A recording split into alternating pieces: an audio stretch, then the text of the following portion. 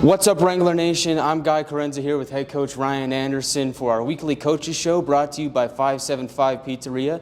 Ryan, thanks for coming on. Oh, absolutely, Guy. I really appreciate you taking the time to do this. I appreciate your time as well. So let's go back to last week versus Corpus Christi. Obviously, 1-1 split, a lot of goals. What are your biggest takeaways from that series? Well, obviously we found out that we could score and we can score in bunches, and we found out that if we don't defend the right way, the other team can score in bunches too.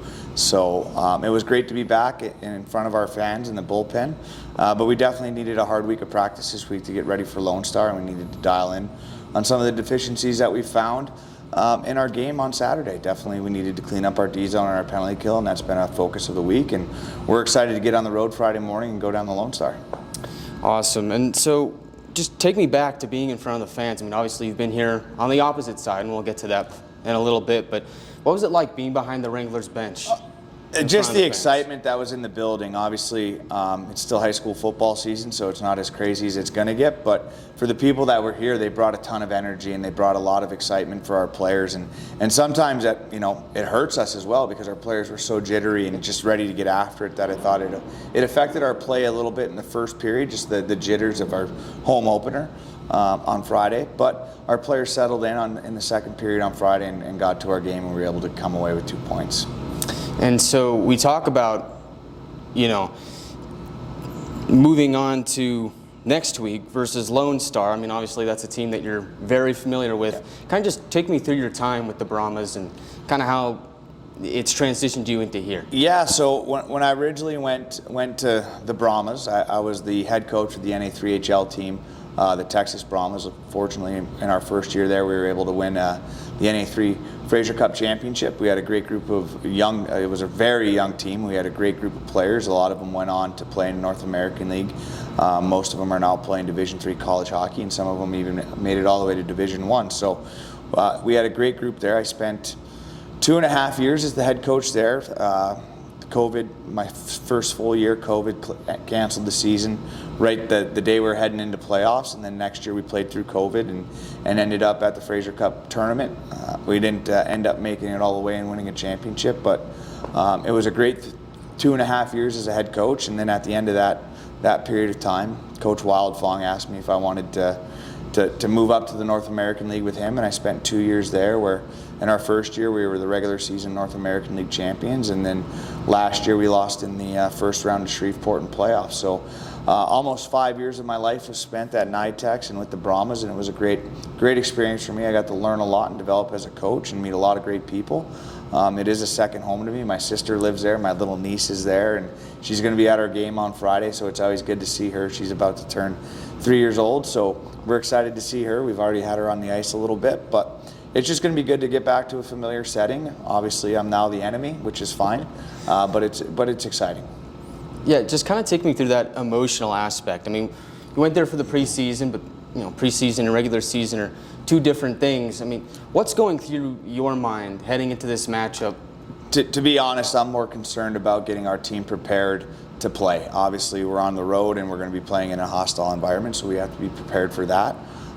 Is there a little bit of extra motivation playing my former team? Absolutely, but at the end of the day, that's something personal that doesn't really affect the outcome of the game. I got to make sure our players are prepared to play a 60-minute game and are ready for what Lone Star is going to put at us. And obviously I've been there. I have a little bit of knowledge about how they do things, but at the same point in time, it's a really good coaching staff that is going to make changes because they know it's like that Friends episode. Do they know that we know that we know? So we have to be ready to adapt and change, and it's just a business trip.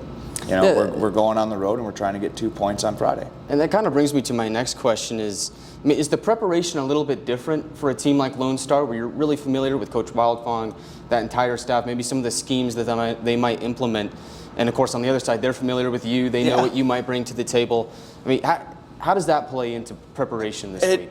Having the knowledge is great, but at the same point in time, we're 7 games into the year, and if I give our team too much information right now, they're not going to be able to play at the level they're capable of playing. So we're gonna worry about us mostly and make sure that we're ready to execute our systems to the best of our ability against what we think is going to be the pressures that they're going to apply to us.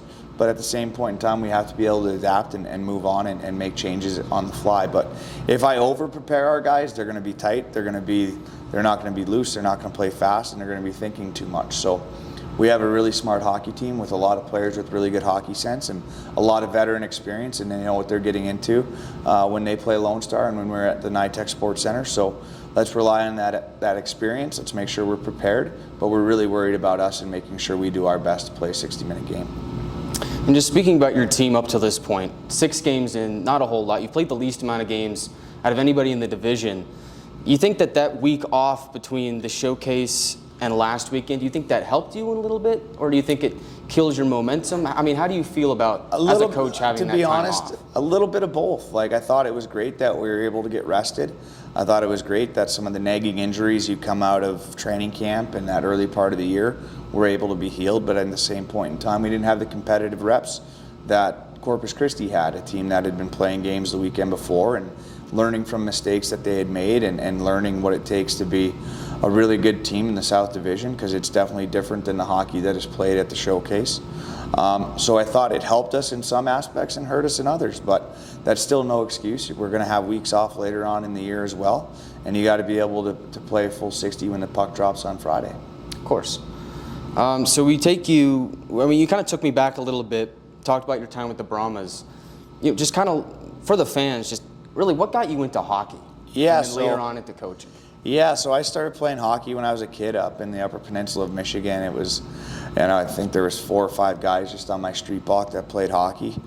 We'd skate on the outdoor rinks. We had rinks in guys' yards, and I really played in Michigan from the time I was, 5, 6 years old up until through high school, which after high school I joined the Navy, and I was in the Navy for 6 years. I served on board the USS McFall in Norfolk, Virginia. I deployed 4 times in 5 years, and then when I got out of the Navy, during my time in the Navy, I was playing men's league hockey at Chilled Ponds in Chesapeake, Virginia, and the hockey director of the Hampton Roads Whalers asked me if I'd be interested in coaching, and I said yeah. So at 24 years old, I coached a 16U AA team and did that for about 5-6 years at the travel level in Virginia for the Hampton Roads Whalers, and then my last year of coaching youth hockey, one of the dads on my team, he was the assistant coach for the Norfolk Admirals in the American Hockey League. His name was Eric Veilleux.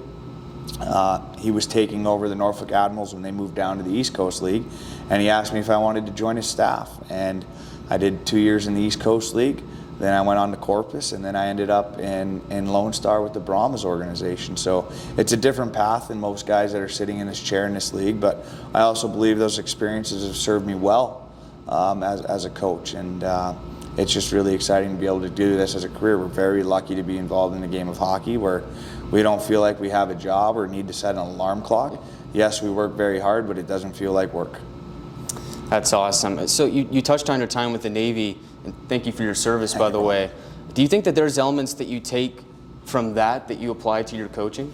Oh, I'm sure some of our guys would say at times it feels like there's a drill instructor in the room, but the biggest thing I took away from the Navy is when you come from a small town like I did, you have very limited experiences with people that are different than you.